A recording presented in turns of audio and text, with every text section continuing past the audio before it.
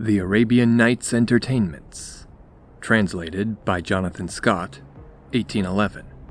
Narrated by Lawrence Caldwell.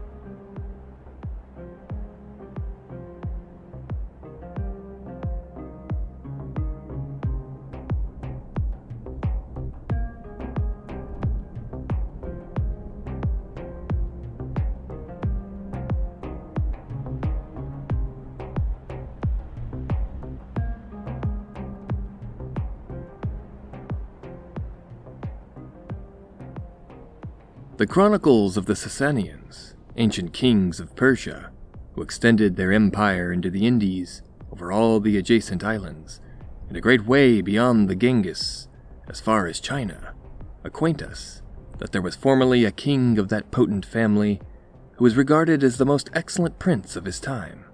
He was as much beloved by his subjects for his wisdom and prudence as he was dreaded by his neighbors on account of his valor and well-disciplined troops.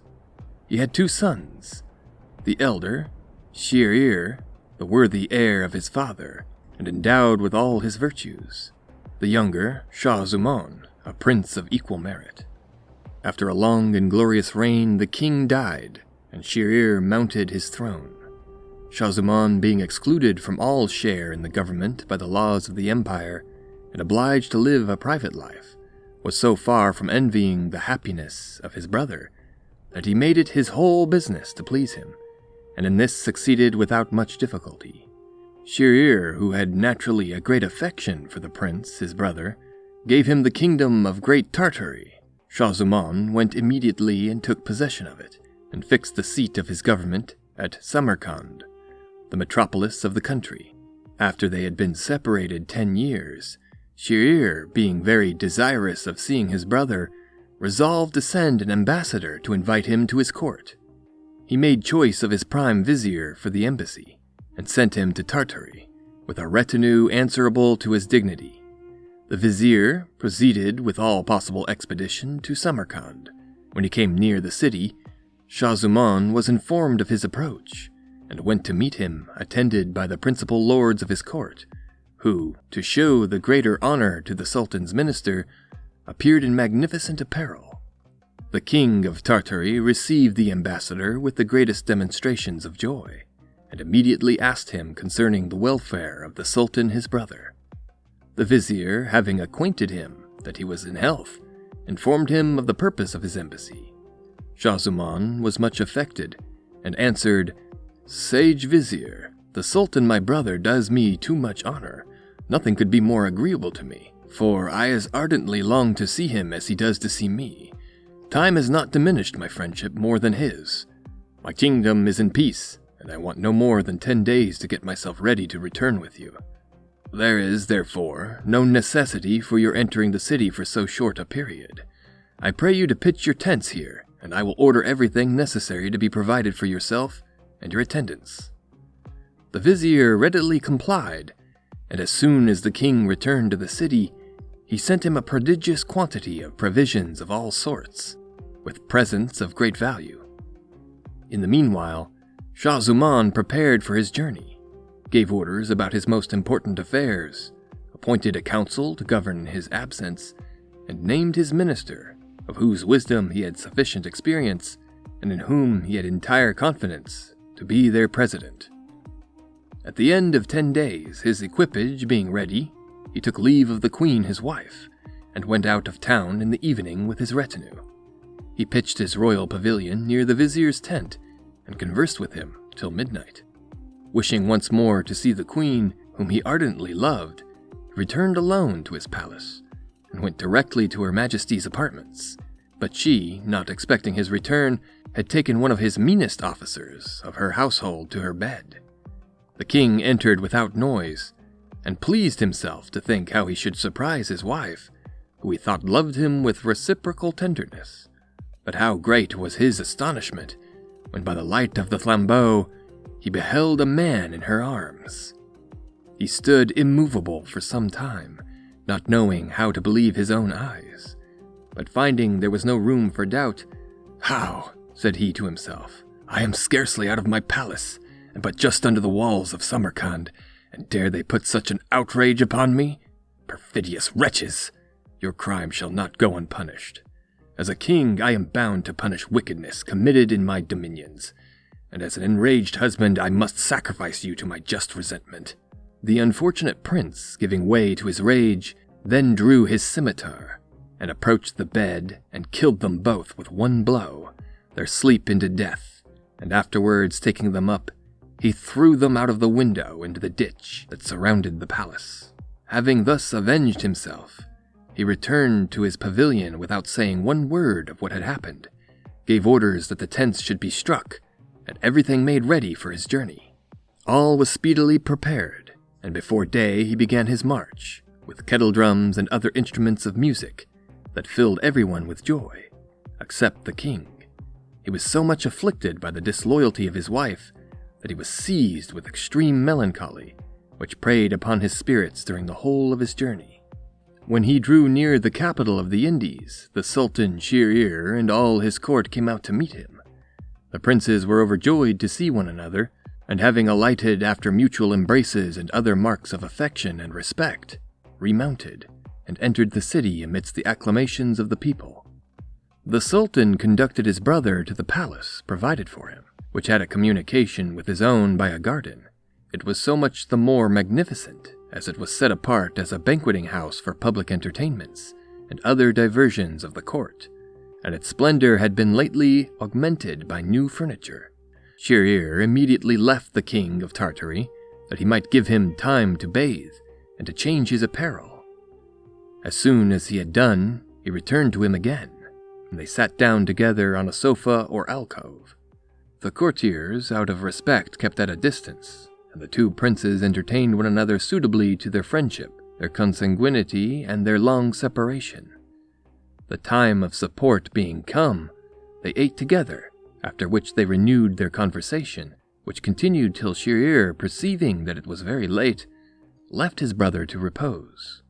The unfortunate Shah Zuman retired to bed.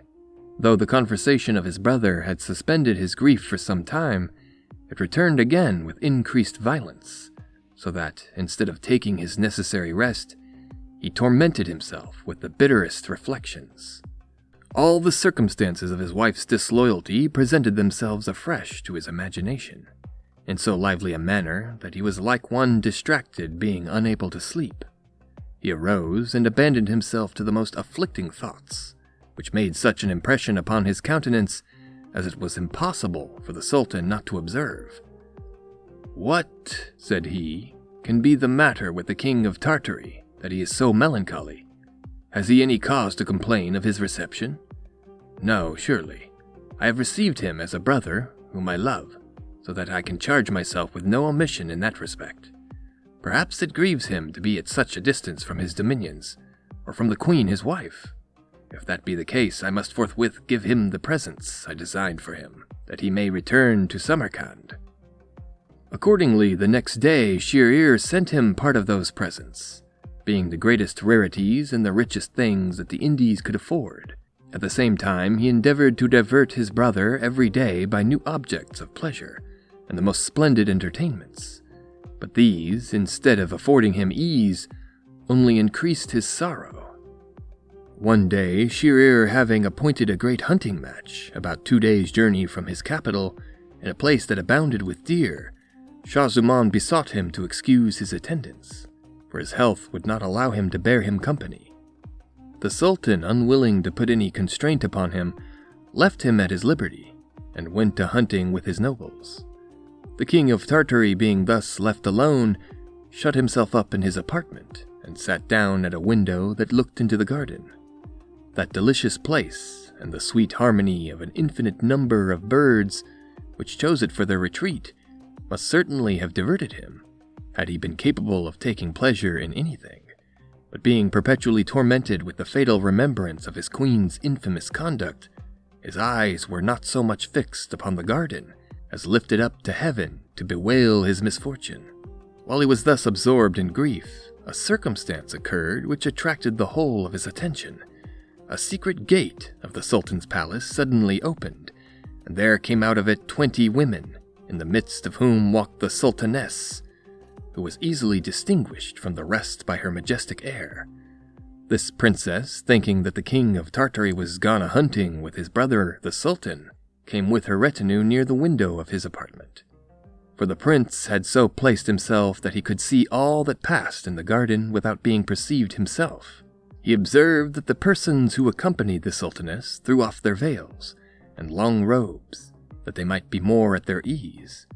But he was greatly surprised to find that 10 of them were black men, and that each of these took his mistress. The sultaness, on her part, was not long without her gallant. She clapped her hands and called, "Masoud! Masoud!" and immediately a black descended from a tree and ran towards her with great speed.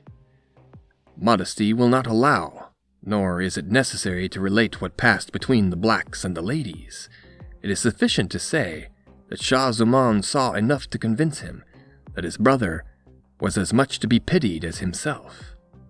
This amorous company continued together till midnight, and having bathed together in a great piece of water, which was one of the chief ornaments of the garden, they dressed themselves and re-entered the palace by the secret door, all except Masoud, who climbed up his tree and got over the garden wall as he had come in. These things, having passed in the king of Tartary's sight, filled him with a multitude of reflections. "How little reason had I," said he, "to think that none was so unfortunate as myself. It is surely the unavoidable fate of all husbands, since even the Sultan, my brother, who is sovereign of so many dominions, and the greatest prince of the earth, could not escape. Such being the case, what a fool am I to kill myself with grief! I am resolved that the remembrance of a misfortune so common shall never more disturb my peace." From that moment he forbore afflicting himself. He called for his supper, ate with a better appetite than he had done since leaving Samarkand, and listened with some degree of pleasure to the agreeable concert of vocal and instrumental music that was appointed to entertain him while at table. He continued after this very cheerful, and when he was informed that the Sultan was returning, went to meet him, and paid him his compliments with great gaiety. Scheherazade at first took no notice of this alteration. He politely expostulated with him for not bearing him company, and without giving him time to reply, entertained him with an account of the great number of deer and other game they had killed, and the pleasure he had received in the chase. Schahzaman heard him with attention, and being now relieved from the melancholy which had before depressed his spirits and clouded his talents, took up the conversation in his turn, and spoke 1,000 agreeable and pleasant things to the Sultan. Scheherazade, who expected to have found him in the same state as he had left him, was overjoyed to see him so cheerful. "Dear brother," said he, "I return thanks to heaven for the happy change it has wrought in you during my absence. I am indeed extremely rejoiced, but I have a request to make you, and conjure you not to deny me." "I can refuse you nothing," replied the king of Tartary. "You may command Schahzaman as you please. Speak, I am impatient to know what you desire of me." "Ever since you came to my court," resumed Scheherazade, "I have found you immersed in a deep melancholy, and I have in vain attempted to remove it by different diversions. I imagined it might be occasioned by your distance from your dominions, or that love might have great share in it, and that the Queen of Samarkand, who no doubt is an accomplished beauty, might be the cause. I do not know whether I am mistaken in my conjecture, but I must own that it was for this very reason I would not importune you upon the subject, for fear of making you uneasy. But without myself contributing anything towards effecting the change, I find on my return that your mind is entirely delivered from the black vapor which disturbed it. Pray do me the favor to tell me why you were so melancholy, and wherefore you are no longer so." The king of Tartary continued for some time as if he had been meditating and contriving what he should answer, but at last replied, "You are my sultan and master, but excuse me, I beseech you, from answering your question." "No, dear brother," said the sultan, "you must answer me. I will take no denial." Schahzaman, not being able to withstand these pressing entreaties, replied, "Well then, brother, I will satisfy you, since you command me." And having told him the story of the Queen of Samarkand's treachery, "This," said he, "was the cause of my grief. Judge whether I had not sufficient reason for my depression." "Oh, my brother," said the Sultan, in a tone which showed what interest he took in the King of Tartary's affliction. "What a horrible event do you tell me? I commend you for punishing the traitors who offered you such an outrage. None can blame you for what you have done. It was just, and for my part, had the case been mine, I should scarcely have been so moderate. I could not have satisfied myself with the life of one woman. I should have sacrificed 1,000 to my fury. I now cease to wonder at your melancholy. The cause was too afflicting and too mortifying not to overwhelm you. Oh heaven, what a strange adventure! Nor do I believe the like ever befell any man but yourself. But I must bless God, who has comforted you, and since I doubt not but your consolation is well grounded, be so good as to inform me what it is, and conceal nothing from me." Shah Zuman was not so easily prevailed upon in this point as he had been in the other, on his brother's account, but being obliged to yield to his pressing instances, answered, "I must obey you then, since your command is absolute.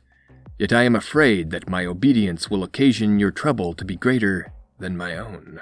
But you must blame yourself, since you force me to reveal what I should otherwise have buried in eternal oblivion." "What do you say?" answered Shahryar. "Serves only to increase my curiosity. Discover the secret, whatever it be." The King of Tartary, being no longer able to refuse, related to him the particulars of the blacks in disguise, of the ungoverned passion of the Sultaness and her ladies, nor did he forget Masoud. After having been witness to these infamous actions, he continued, "I believed all women to be naturally lewd, and that they could not resist their inclination. Being of this opinion, it seemed to me to be in men an unaccountable weakness to place any confidence in their fidelity. This reflection brought on many others, and in short, I thought the best thing I could do was to make myself easy. It cost me some pains indeed, but at last I grew reconciled, and if you will take my advice, you will follow my example." Though the advice was good, the Sultan could not approve of it, but fell into a rage. "What?" said he. "Is the Sultaness of the Indies capable of prostituting herself in so base a manner? No, brother, I cannot believe what you state unless I beheld it with my own eyes. Yours must needs have deceived you. The matter is so important that I must be satisfied of it myself." "Dear brother, that you may without much difficulty," answered Shah Zuman. "Appoint another hunting match, and when we are out of town with your court and mine, we will rest under our tents, and at night let you and I return unattended to my apartments. I am certain the next day you will see a repetition of the scene." The Sultan, approving the stratagem, immediately appointed another hunting match, and that same day the tents were pitched at the place appointed. The next day the two princes set out with all their retinue. They arrived at the place of encampment and stayed there till night. Shahryar then called his Grand Vizier, and, without acquainting him with his design, commanded him during his absence to suffer no person to quit the camp on any presence whatever. As soon as he had given this order, the King of Grand Tartary and he took horse, passed through the camp incognito, returned to the city, and went to Shah Zuman's apartment. They had scarcely placed themselves in the window whence the King of Tartary had beheld the scene of the disguised blacks. When the secret gate opened, the Sultaness and her ladies entered the garden with the blacks, and she having called to Masoud, the Sultan saw more than enough fully to convince him of his dishonor and misfortune. "Oh heavens!" he exclaimed. "What indignity! What horror! Can the wife of a sovereign be capable of such infamous conduct? After this, let no prince boast of being perfectly happy. Alas, my brother," continued he, embracing the King of Tartary, "let us both renounce the world. Honor is banished out of it. If it flatter us one day, it betrays us the next. Let us abandon our dominions and go into foreign countries where we may lead an obscure life and conceal our misfortunes." Shah Zuman did not at all approve of this plan, but did not think fit to contradict Scheherazade in the heat of his passion. "Dear brother," he replied, "I am ready to follow you whithersoever you please, but promise me that you will return if we meet with anyone more unhappy than ourselves." "To this I agree," said the Sultan, "but doubt much whether we shall." "I am not of your opinion in this," replied the King of Tartary. "I fancy our journey will be but short." Having thus resolved, they went secretly out of the palace. They traveled as long as daylight continued, and lay the first night under trees. They arose about break of day, went on till they came to a fine meadow on the seashore that was besprinkled with large trees. They sat down under one of them to rest and refresh themselves, and the chief subject of their conversation was the infidelity of their wives. They had not rested long before they heard a frightful noise from the sea, and a terrible cry, which filled them with fear. The sea then opened, and there arose something like a great black column, which reached almost to the clouds. This redoubled their terror, made them rise with haste and climb up into a tree to bide themselves. They had scarcely got up, when looking to the place from whence the noise proceeded, and where the sea had opened, they observed the black column advanced, winding about towards the shore, cleaving the water before it. They could not at first think what this could mean, but in a little time they found that it was one of those malignant genies that are mortal enemies to mankind, and are always doing them mischief. He was black and frightful, had the shape of a giant of a prodigious stature, and carried on his head a large glass box, fastened with 4 locks of fine steel. He entered the meadow with his burden, which he laid down just at the foot of the tree, where the 2 princes were concealed, who gave themselves over as lost. The genie sat down by his box, and opening it, with 4 keys that he had at his girdle, there came out a lady magnificently apparelled, of a majestic stature and perfect beauty.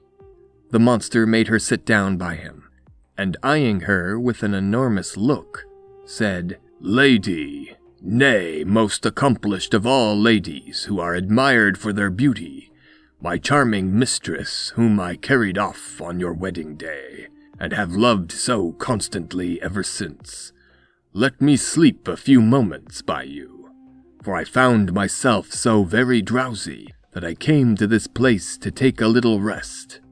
Having spoken thus, he laid down his huge head upon the lady's knees, and stretching out his legs, which reached as far as the sea, he fell asleep presently, and snored so loud that he made the shores echo.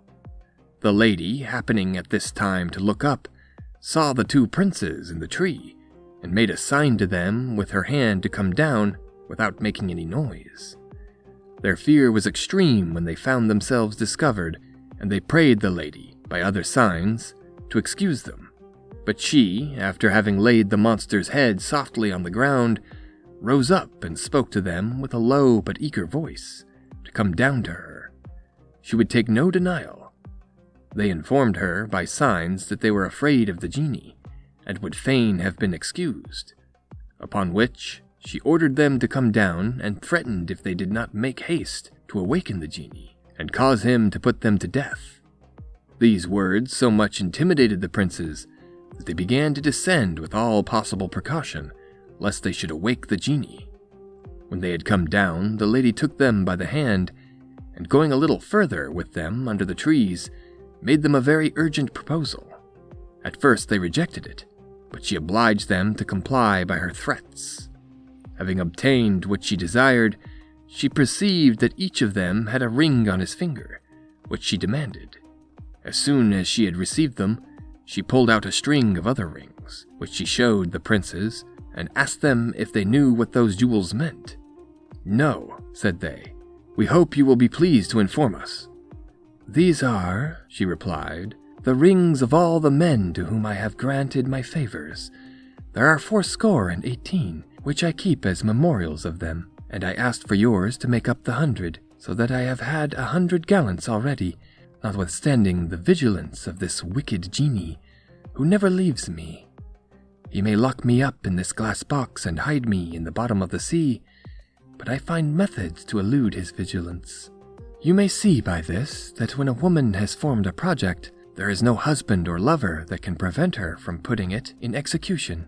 Men had better not put their wives under such restraint, as it only serves to teach them cunning."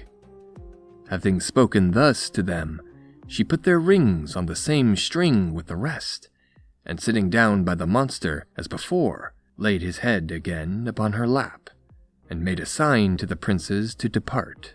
They returned immediately the way they had come, and when they were out of sight of the lady and the genie, Scheherazade said to Shah-Zaman, "Well, brother, what do you think of this adventure? Has not the genie a very faithful mistress? And do you not agree that there is no wickedness equal to that of women?"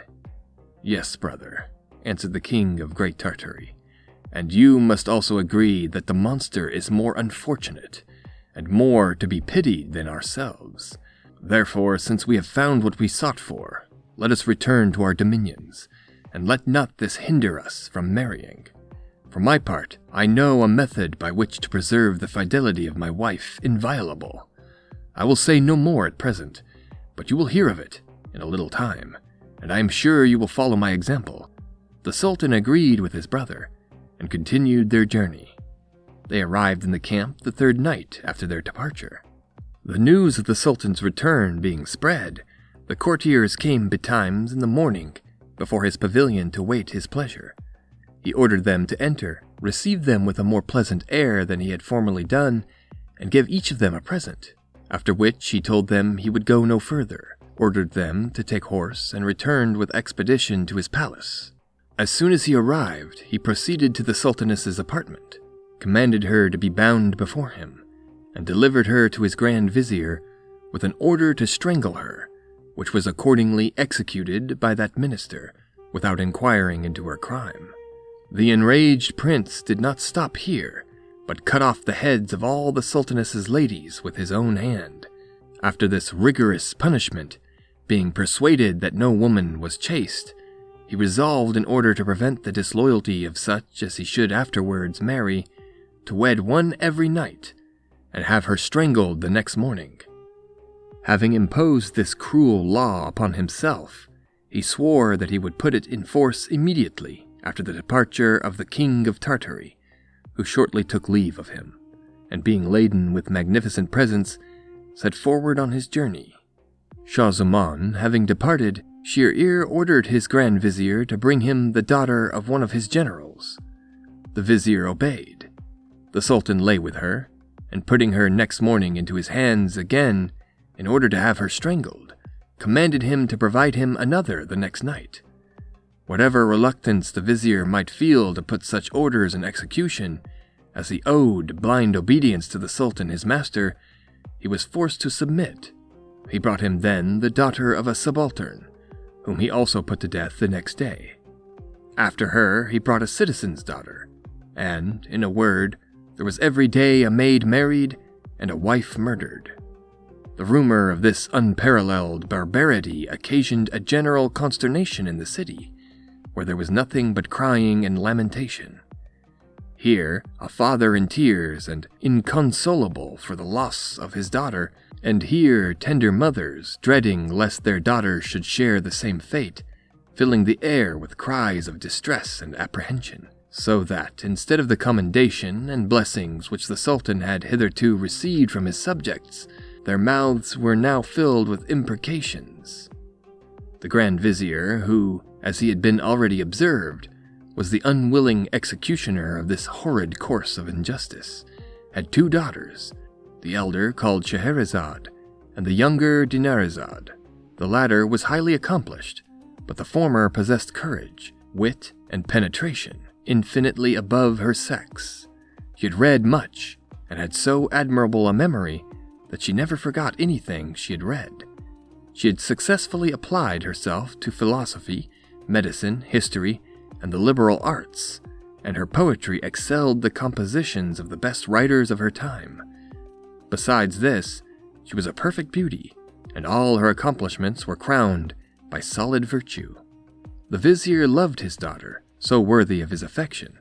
One day, as they were conversing together, she said to him, "Father, I have one favor to beg of you, and most humbly pray you to grant it. "I will not refuse," answered he, "provided it be just and reasonable." "For the justice of it," resumed she, "there can be no question, and you may judge of this by the motive which obliges me to make the request. I wish to stop that barbarity which the Sultan exercises upon the families of this city. I would dispel those painful apprehensions which so many mothers feel of losing their daughters in such a fatal manner." "Your design, daughter," replied the vizier, "is very commendable, but the evil you would remedy seems to me incurable. How do you propose to effect your purpose?" "Father," said Scheherazade, "since by your means the Sultan makes every day a new marriage, I conjure you, by the tender affection you bear me, to procure me the honor of his bed." The vizier could not hear this without horror. "O heaven!" he replied in a passion. "Have you lost your senses, daughter, that you make such a dangerous request? You know the Sultan has sworn that he will never lie above one night with the same woman, and to command her to be killed the next morning. Would you then have me propose you to him? Consider well to what your indiscreet zeal will expose you." "Yes, dear father," replied the virtuous daughter, "I know the risk I run, but that does not alarm me. If I perish, my death will be glorious, and if I succeeded, I shall do my country an important service." "No, no," said the vizier. "Whatever you may offer to induce me to let you throw yourself into such imminent danger, do not imagine that I will ever consent. When the Sultan shall command me to strike my poniard into your heart, alas, I must obey. And what an employment will that be for a father! Ah, if you do not dread death, at least cherish some fears of afflicting me with mortal grief, of imbuing my hands in your blood." "Once more, father," replied Scheherazade, "grant me the favor I solicit." "Your stubbornness," resumed the vizier, "will rouse my anger. Why will you run headlong to your ruin? They who do not foresee the end of a dangerous enterprise can never conduct it to a happy issue. I am afraid the same thing will happen to you as befell the ass, which was well off, but could not remain so." "What misfortune befell the ass?" demanded Scheherazade. "I will tell you," replied the vizier, "if you will hear me." This has been the first story in the Arabian Nights Entertainments. If you enjoyed it, please like the video, make a comment below, and don't forget to follow the channel, because there's more on the way. Thank you for listening.